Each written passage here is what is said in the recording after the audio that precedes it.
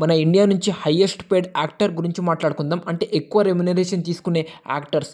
First ప్లేస్లో icon star Allu Arjun అన్న పుష్ప 2 సినిమాకి గాను 300 కోట్లు రెమ్యునరేషన్ అయితే తీసుకుని చెప్పొచ్చు. ఇప్పుడు ఇండియా నుంచి ప్రజెంట్ నెంబర్ 1 ప్లేస్లో అయితే అల్లు అర్జున్ అనే ఉండని చెప్పొచ్చు. సెకండ్ ప్లేస్లో విజయ్ తలపతి గారు. తను ఒక్క మూవీకి గాను 130 నుంచి 275 కోట్ల రెమ్యునరేషన్ అయితే తీసుకోబోతున్నాడు అని చెప్పొచ్చు. ఫ్రెండ్స్ నెక్స్ట్ ఫిల్మ్ ఎంత తీసుకుంటాడో చూడాలి. కానీ సెకండ్ ప్లేస్లో ఉన్నాడు ప్రజెంట్. థర్డ్ వచ్చేసరికి షారుఖ్ ఖాన్. తనైతే ఒక్క మూవీకి గాను 150 నుంచి 250 కోట్ల రెమ్యునరేషన్ అయితే తీసుకోబోతున్నాడు అని చెప్పుకోవచ్చు.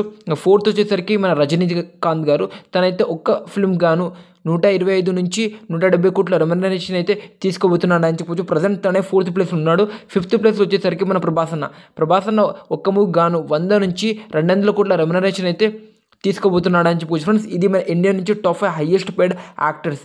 ఇంకా కొంత స్టార్ హీరోస్ ఉన్నారు, కానీ వాళ్ళైతే 6th నుంచి 10th ప్లేస్లో అయితే ఉన్నారు. వాళ్ళెవరో చూద్దాం. 6th ప్లేస్లో అమీర్ ఖాన్.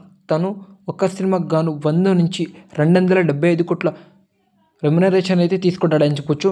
ఇంకా 7th ప్లేస్లో మన అజిత్ 150 నుంచి 165 కోట్ల రెమ్యునరేషన్ అయితే తీసుకుంటాడు.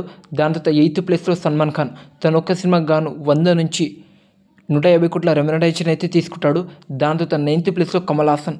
ఒక్క సినిమాకి గాను 100 నుంచి 150 కోట్ల రెమ్యునరేషన్ అయితే తీసుకుంటాడు అని చెప్పొచ్చు. దాని తర్వాత 10th ప్లేస్లో అక్షయ్ కుమార్. తను ఒక్క సినిమాకి గాను 60 నుంచి 165 కోట్ల రెమ్యునరేషన్ అయితే తీసుకుంటారు. ఇవి ఫ్రెండ్స్ మన ఇండియా నుంచి హయ్యెస్ట్ పేడ్ యాక్టర్ టాప్ 10 లిస్ట్ ఇది.